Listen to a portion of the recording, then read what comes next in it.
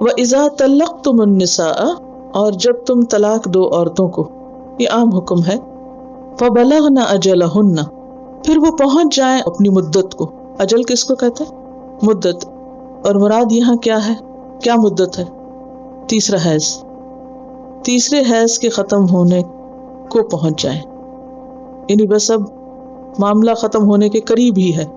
فَأَمْسِكُوهُنَّ تو روک لو ان کو، بِمَعْرُوفٍ بھلے طریقے سے، أَوْ سَرِّحُوهُنَّ بِمَعْرُوف یا پھر رخصت کر دو ان کو معروف طریقے سے. پیچھے کیا کہا تھا؟ احسان کے ساتھ، اور یہاں کیا کہا جا رہا ہے؟ معروف طریقے سے. اب دیکھیے کہ طلاق کا طریقہ یہ ہوتا ہے کہ شوہر طہر کی حالت میں، طہر کا کیا مطلب ہے؟ پاکیزگی کی حالت میں، مینسز وغیرہ نہ ہو، اور اس طہر میں جس میں وہ اپنی بیوی سے جسمانی تعلق قائم نہیں کیے، اس طہر میں ایک مرتبہ بول کر کہے یا لکھ کر کہے کہ میں تم کو طلاق دیتا ہوں، اس کے بعد وہ اس سے الگ ہو جائے. عورت گھر نہیں چھوڑے گی، ابھی عورت اپنے شوہر کے گھر میں ہی رہے گی. کہ ہو سکتا ہے شوہر نے غصے میں کہہ دیا ہو یا کسی کے بھڑکانے پر کہہ دیا ہو، اور پھر جب اس کا غصہ ٹھنڈا ہو تو وہ واپس پلٹ آئے، لیکن جس تاریخ کو اس نے ایسا کیا اس دن سے اس کی عدت شروع ہو گئی. عورت کی عدت کیا ہے؟ 3 مرتبہ حیض آنا. پیچھے آپ پڑھ چکے.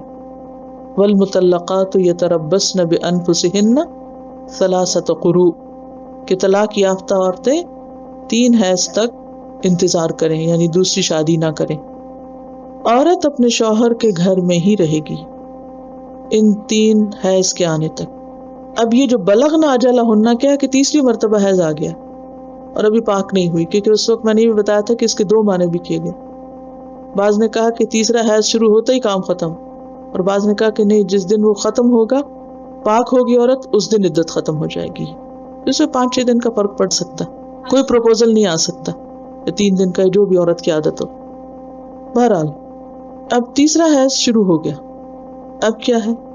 جو ہی وہ پاک ہوگی اس کی عدت ختم ہو جائے گی. اگر اس دوران شوہر نے رجوع نہیں کیا تو یہ عورت اب اس گھر میں نہیں رہے گی، کیونکہ طلاق ہو چکی. اب وہ وہاں سے نکل کر اپنے والدین کے گھر یا جہاں بھی اس کو جانا ہے وہ جائے گی.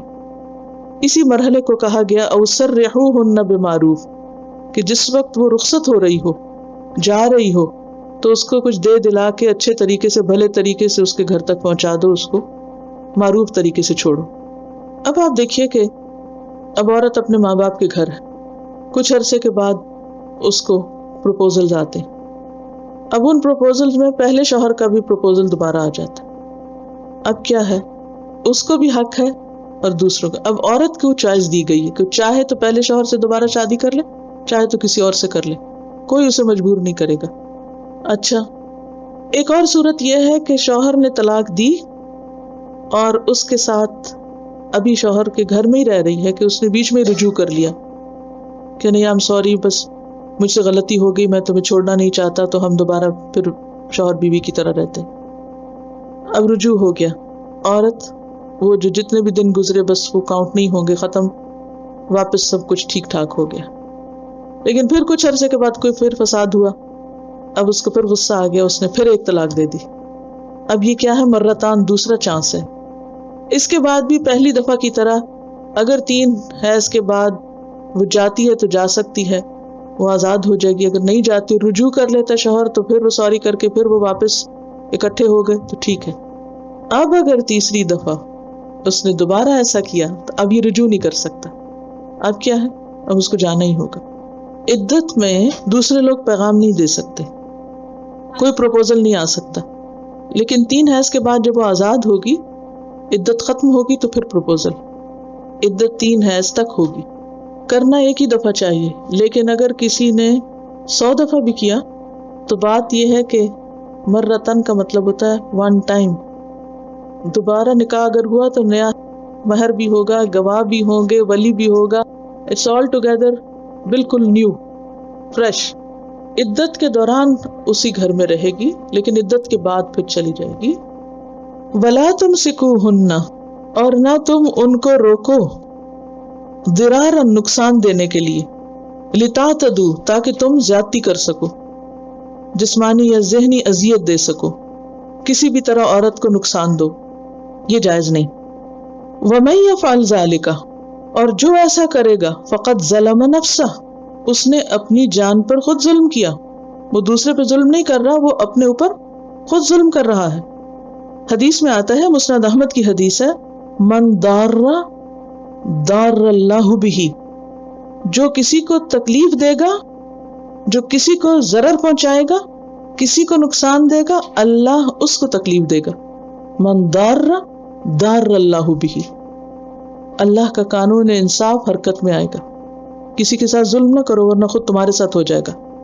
ومن شاق شق اللہ علیہ، اور جو مشکل کھڑی کرے گا اللہ اس پہ مشکل ڈالے گا۔ ایک اور حدیث میں آتا ہے، لا ضرر ولا ضرار، نہ نقصان دو نہ نقصان اٹھاؤ، نہ کسی کو نقصان دو اور نہ کوئی تمہیں نقصان دے، امن امان سے رہو۔ تو اسی لیے یہاں کیا کہا کہ کوئی مرد بیوی کو نقصان دینے کے لیے، تکلیف دینے کے لیے رجوع مت کرے، مت روکے، صرف اس صورت میں کہ وہ سوچیں کہ ہاں ہم اللہ کی حدود قائم کریں گے تو پھر ٹھیک ہے۔ وَمَن يَفْعَلْ ذَلِكَ فَقَدْ ظَلَمَ نَفْسَهُ، اور جو ایسا کرے گا وہ اپنی جان پہ خود ظلم کرے گا۔ وَلَا تَتَّخِذُوا آیَاتِ اللَّهِ هُزُوًا، اور اللہ کی آیات کو مذاق مت بناؤ۔ یہ منافقین کا طریقہ تھا۔ سورۃ التوبہ میں منافقین کو اللہ سبحانہ وتعالیٰ خطاب کر کے فرماتے ہیں، اب اللہ و آیاتہ و رسولہ کنتم تستہزئون، کیا اللہ اور اس کی آیات اور اس کے رسول کے ساتھ تم مذاق کرتے ہو؟ نبی صلی اللہ علیہ وسلم نے جب ایک شخص کے بارے میں سنا کہ اس نے اپنی بیوی کو اکٹھی 3 طلاقیں دے دی تو آپ نے کیا فرمایا، ایلعب بکتاب اللہ وانا بین ظہرانیکم، کیا وہ اللہ کی کتاب کے ساتھ کھیل رہا ہے، اللہ کی کتاب کا مذاق اڑاتا ہے؟ اللہ نے تو کیا حکم دیا کہ ایک مرتبہ میں ایک ہی طلاق دو، اور پھر یہ تمہارے پاس چانسز 2 ہیں، بس تیسری دفعہ کیا تو بات ختم ہو جائے گی، اور تم 3 طلاقیں ایک ہی موقع پہ دینا چاہتے ہو؟ یہ اللہ کی کتاب کے ساتھ کھیلنا ہے، یہ جرم ہے۔ وَلَا تَتَّخِذُوا آیَاتِ اللَّهِ هُزُوًا، تو اس سے یہ پتہ چلتا ہے کہ اللہ کے احکام کی مخالفت دراصل ان کا مذاق اڑانا ہے۔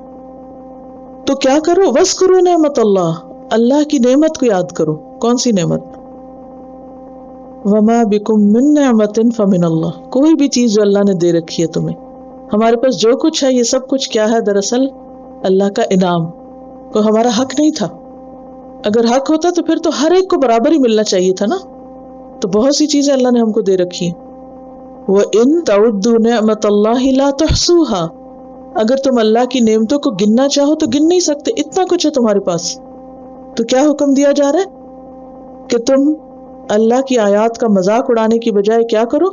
اللہ کی نعمتوں کو یاد کرو، علیکم، جو تم پر اس نے کی، اور خاص طور پر ایک نعمت یاد کرو، وما انزل علیکم من الکتاب، جو اس نے کتاب میں سے تم پر نازل کیا ہے، والحکمہ، اور حکمت میں سے، قرآن و سنت کی شکل میں تمہارے پاس اللہ کی جو نعمت ہے، کلیئر گائیڈنس ہے، رہنمائی ہے، یہ بہت بڑی نعمت ہے۔ اب دیکھیے کہ قرآن پاک میں کچھ چیزوں کا اللہ نے خاص طور پر بطور نعمت ذکر کیا ہے، جس میں ایک تو رسول اللہ صلی اللہ علیہ وسلم کی آمد ہے۔ لقد من اللہ علی المؤمنین اذ بعث فیہم رسولا من انفسہم، اللہ نے مومنوں پر احسان کیا جب ان میں رسول انہی کے اندر سے بھیجا۔ اسی طرح دین اسلام کو کیا کہا گیا؟ نعمت، الیوم اکملت لکم دینکم واتممت علیکم نعمتی، اور یہاں قرآن کو نعمت کہا گیا، اور حکمت یعنی اس وزڈم کو جو نبی صلی اللہ علیہ وسلم کو عطا کی گئی۔ لیکن ہم اپنی روزمرہ زندگی میں دیکھیں کہ ہم کیا اس کو نعمت سمجھتے؟ قرآن و سنت کے علم کو، اس رہنمائی کو کبھی ہم نے نعمت سمجھا کہ یہ فیور ہے، یہ رحمت ہے اللہ کی؟ اگر ہم واقعی مسلمان سمجھتے ہوتے تو پھر وہ اس کے علم سے محروم نہ ہوتے۔ ہم اچھی جاب کو تو نعمت سمجھتے ہیں، اولاد کو نعمت سمجھتے ہیں، اچھے گھر کو نعمت سمجھتے ہیں، کھانے پینے کی وافر مقدار کو نعمت سمجھتے ہیں، ان سب چیزوں کو کنسیڈر کرتے ہیں، ہاں یہ نعمتیں ہیں، لہٰذا ہمارا زیادہ وقت انہی کے پیچھے بھاگنے دوڑنے میں گزر جاتا ہے۔ لیکن قرآن، اللہ کے رسول صلی اللہ علیہ وسلم کی بات، اگر کوئی اس کو نعمت سمجھے تو کبھی اس سے محروم نہ رہے، کبھی اس سے دور نہ جائے، ہر قیمت پہ اس کو حاصل کرے۔ تو یہاں پر کیا فرمایا گیا کہ تم اللہ کی نعمتوں کو یاد رکھو، کیوں اس موقع پر ایسے کیوں کہا گیا؟ بات طلاق کے احکامات کی ہو رہی ہے اور یہاں کہا جا رہا ہے کہ تم اس نعمت کو یاد رکھو، اس کا ذکر کرو، اس کا تذکرہ کرو. وائے اس موقع پر قرآن و سنت کا تذکرہ کیوں؟ اس نعمت کی یاد دہانی کیوں کرائی گئی؟ کیونکہ گھروں کا سکون اسی سے ہو سکتا ہے.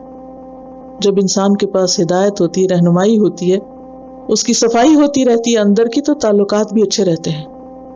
ازواج مطہرات کو اللہ سبحانہ وتعالیٰ نے قرآن پاک میں کیا حکم دیا؟ وَاذْكُرْنَ مَا يُتْلَى فِي بُيُوتِكُنَّ مِنْ آیَاتِ اللَّهِ وَالْحِکْمَةِ. تمہارے گھروں میں جو اللہ کی آیات اور حکمت کی باتیں ان کا ذکر کرتی رہو. یعنی ازواج مطہرات کے گھر کو اللہ نے خاص نعمت عطا کی تھی، اور وہ کیا تھی؟ رسول اللہ صلی اللہ علیہ وسلم کی موجودگی.